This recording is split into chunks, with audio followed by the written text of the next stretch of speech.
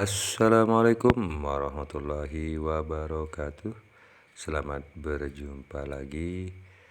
Kali ini kita akan mencoba untuk membahas tentang apa penyebab dari proses terjadinya gunung meletus.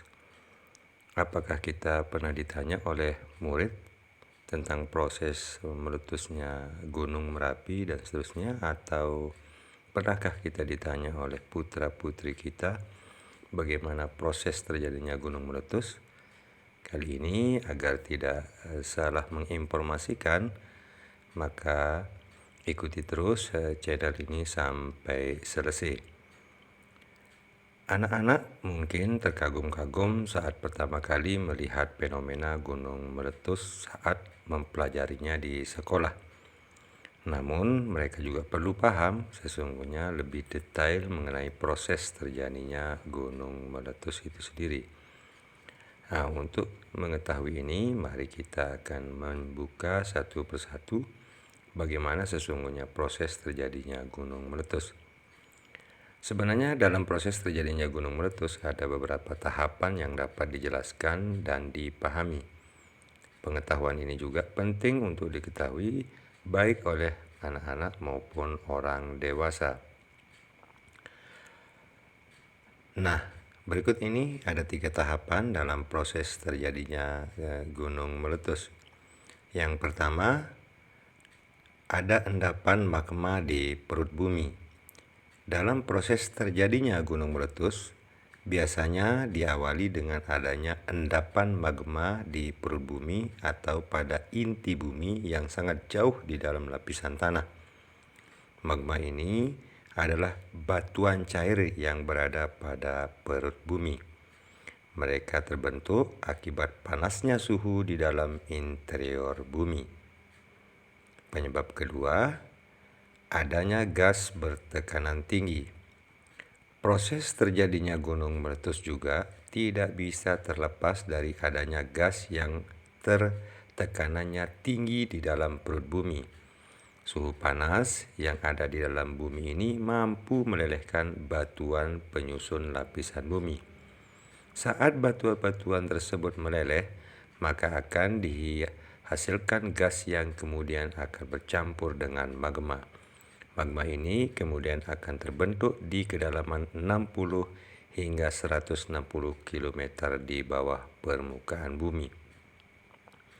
Adapun penyebab yang ketiga terjadinya gunung meletus yakni karena magma didorong gas bertekanan tinggi. Proses terjadinya gunung meletus ini akibat adanya magma yang telah terdorong oleh gas yang bertekanan tinggi. Magma yang mengandung gas ini kemudian akan terdorong sedikit demi sedikit ke permukaan bumi. Nah, magma yang mengandung gas berada dalam kondisi di bawah tekanan batuan-batuan berat yang berada di sekitarnya. Tekanan ini yang menyebabkan magma meletus atau yang disebut dengan erupsi gunung berapi atau gunung meletus. Namun, ada beberapa letusan gunung berapi yang bersifat eksplosif dan yang lainnya tidak. Daya ledak suatu letusan ini akan sangat tergantung pada komposisi magma.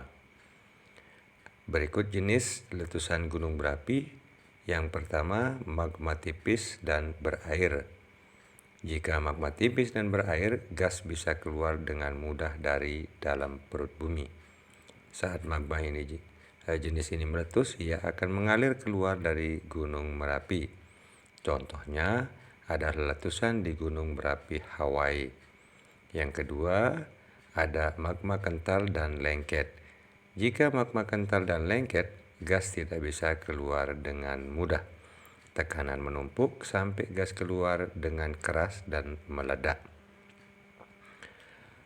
Yang berikutnya, jika cukup tebal, selimut abu dapat membuat tanaman, hewan, dan manusia mati karenanya.